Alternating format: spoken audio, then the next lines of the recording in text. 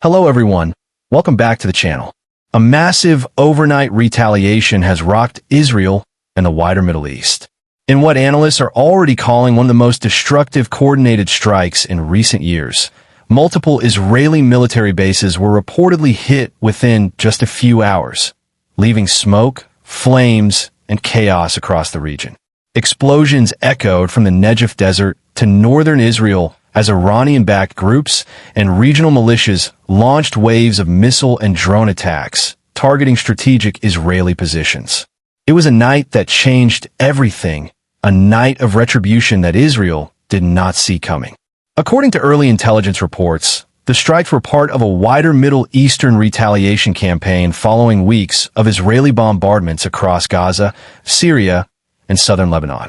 For months, tensions had been rising, and last night, those tensions finally erupted into open confrontation. The first explosions were reported shortly after midnight.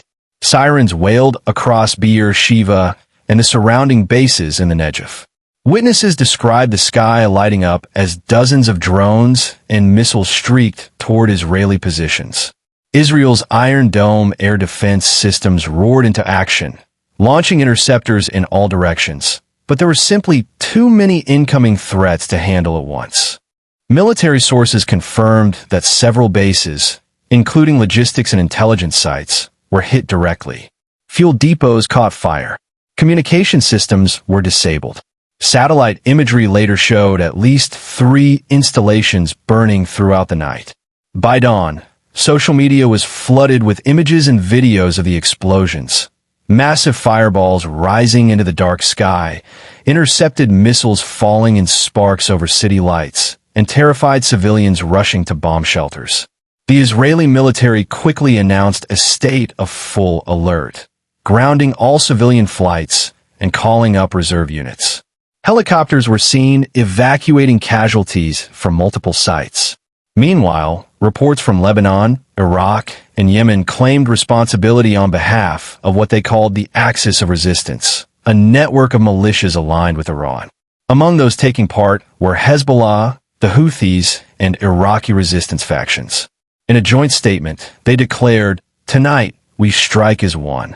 Every attack on Gaza, every drop of Palestinian blood will be answered." The message was clear.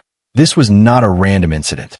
It was a coordinated regional retaliation, a direct challenge to Israel's dominance in the Middle East. Inside Israel, panic and anger spread. News channels scrambled to confirm which bases have been hit. The government initially imposed a media blackout, but within hours, leaks began to emerge. One of the most significant strikes reportedly hit an airbase housing advanced reconnaissance aircraft near Sheva. Another targeted a command post used for operations over Gaza. The scale of the damage has not been officially confirmed, but even Israeli commentators admitted this was one of the most serious assaults on national security infrastructure in years. As the sun rose, Prime Minister Benjamin Netanyahu convened an emergency meeting with the security cabinet. He vowed a massive and decisive response. Fighter jets roared overhead, launching new strikes on Gaza, Damascus, and southern Lebanon before noon. But many analysts believe Israel has been caught off guard by how united its adversaries have become. In recent months, Tehran has deepened coordination among regional allies, sharing technology, intelligence, and long-range weapon systems.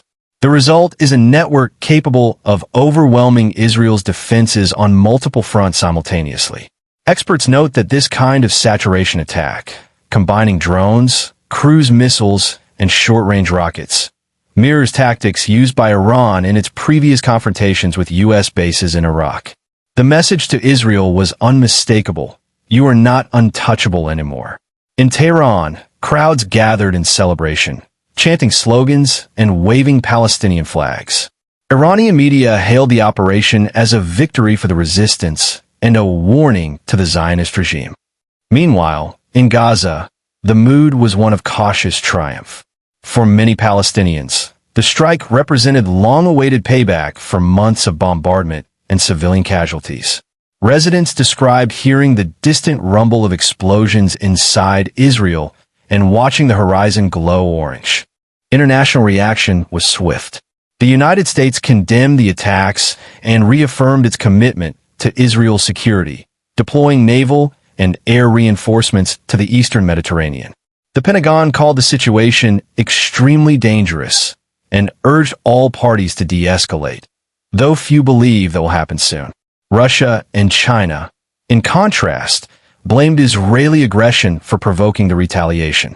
Both called for restraint but criticized what they described as Western double standards in the region.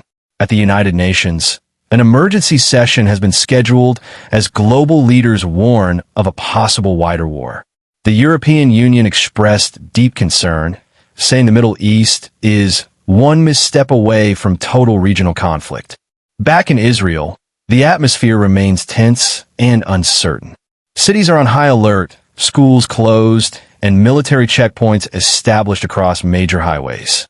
Israeli media have begun referring to last night as the Night of Fire. Survivors from the affected bases describe scenes of chaos. One soldier told reporters, "It was like the sky was falling. We had no idea where the next explosion would hit." Others spoke of secondary blasts as ammunition depots ignited. Firefighters battled flames through the early hours, struggling to contain the destruction. Despite official reassurances, public confidence in Israel's defense systems is shaken. Many citizens are asking how so many missiles penetrated the Iron Dome.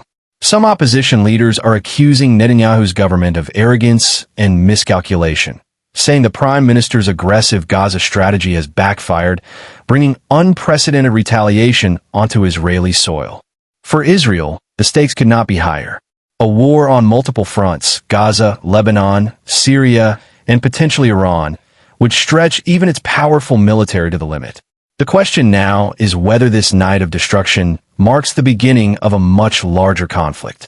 Defense analysts warn that both sides are locked into a dangerous cycle of revenge. Each strike invites another. Each death fuels the next wave of violence. With tempers at boiling point and diplomatic channels frozen, the path to de-escalation looks increasingly remote. There's also growing concern about civilian suffering. In Gaza and Lebanon, Israeli airstrikes have already intensified in retaliation, destroying entire neighborhoods. Humanitarian organizations are pleading for restraint, saying more innocent lives will be lost if this continues. In Tel Aviv, residents report sleepless nights and constant fear of new sirens. One local said, "We thought we were safe in the center, but now nowhere feels safe." The symbolism of the attacks cannot be overstated. For years, Israel has projected itself as militarily invincible, shielded by advanced defenses and superior technology. But last night's strikes sent a powerful psychological message. Even the most fortified nation can be vulnerable when the region unites against it. Still, few expect Israel to back down. Within hours of the attacks, Israeli warplanes launched waves of retaliatory raids, targeting what they claimed were launch sites and command centers across Gaza and Syria. Explosions lit up the sky once again as the cycle of violence continued. In Washington, U.S. officials are deeply worried that a broader Middle East war is now inevitable. Intelligence briefings warn that if Israel retaliates directly against Iran, the entire region, from the Persian Gulf to the Mediterranean, could ignite. Oil prices have already surged, and global markets are reacting nervously to the possibility of a prolonged conflict disrupting trade routes and energy supplies. Meanwhile, across social media, hashtags like hashtag Israel under fire and hashtag Middle East retaliation are trending worldwide. Supporters of both sides flood platforms with videos, statements, and emotional appeals. The digital battlefield has become just as fierce as the one on the ground. For many observers, what happened last night marks a pivotal moment, a shift in the balance of deterrence. Iran and its allies have demonstrated that they can coordinate large-scale attacks capable of overwhelming even Israel's advanced defense network.